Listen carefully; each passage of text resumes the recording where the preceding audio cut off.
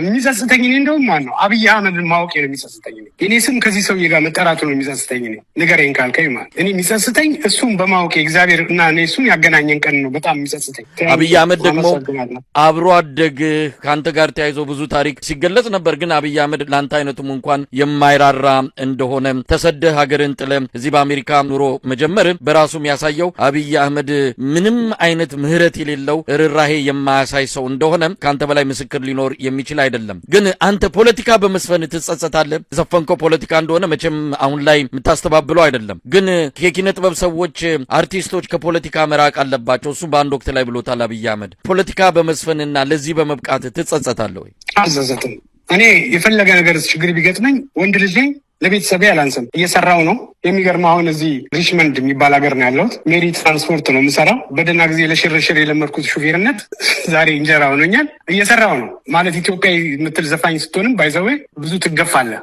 ግን እኔ የምነግርህ ነገር ማን ነው መቼም አልጸጸትም። የሚጸጽተኝ እኔ እንደውም ማን ነው አብይ አህመድን ማወቅ ነው የሚጸጽተኝ። እኔ ስም ከዚህ ሰውዬ ጋር መጠራቱ ነው የሚጸጽተኝ። እኔ ንገረኝ ካልከኝ ማለት እኔ የሚጸጽተኝ እሱን በማወቅ እግዚአብሔር እና እኔ እሱን ያገናኘን ቀን ነው በጣም የሚጸጽተኝ። ባይሆን ደስ የሚለኝ ምክንያቱም እንደዚህ ጨካኝ አንዳንድ ጊዜ እኮ የምትችለው መስሎ የሆነ ነገር ትሞክራለህ። ካልቻልኩ እኮ በስነ ስርዓት ልክ እንደ ኃይለማርያም ደሳለኝ እኮ በቃኝም እኮ ማለት ጉብዝና ነው። አስበው እሱ ከመጣ ስንት ሰው እንዳለቀ። ምንም ወደኋላ የሚባል ነገር አይደለም። በስራዬ ደግሞ እመለሳለሁ ከእግዚአብሔር ጋር። በእውነት በጉጉት ነው የምንጠብቀው። ምክንያቱም ስለ ሀገር ስለ ወገን የሚቆረቆሩ ድምፃውያን ድምፃቸው እያነሰ ቁጥራቸው እያነሰ ነው ያለው። አገሪቱ በእንደዚህ አይነት በብዙ ቀውሶች ነፍሷ ሲጥ ተደርጎ በተያዘበት ወቅት ላይ ይህንን ነገር መንካት ኮረንቲንና ፖለቲካን በሩቁ ነው እያሉ የጥበብ ሰዎች በሞሉበት በመንግስት ድግስ ላይ በመንግስት በኩል ክብርና ሞገስ ለማግኘት የሚሽቀዳደሙ የጥበብ ሰዎች በበረከቱበት ሀገር እንዳንተ አይነቱን ከዚህ ከጥበብ ማዕድ መራቅ ወይም ደግሞ ማጣት ለተደራሲው ነው ጉዳቱ። ስለዚህ በቅርቡ እንደምትመጣ ተስፋ አደርጋለሁ። እንጠብቃለን። ወደ ቴዲ ዘፈን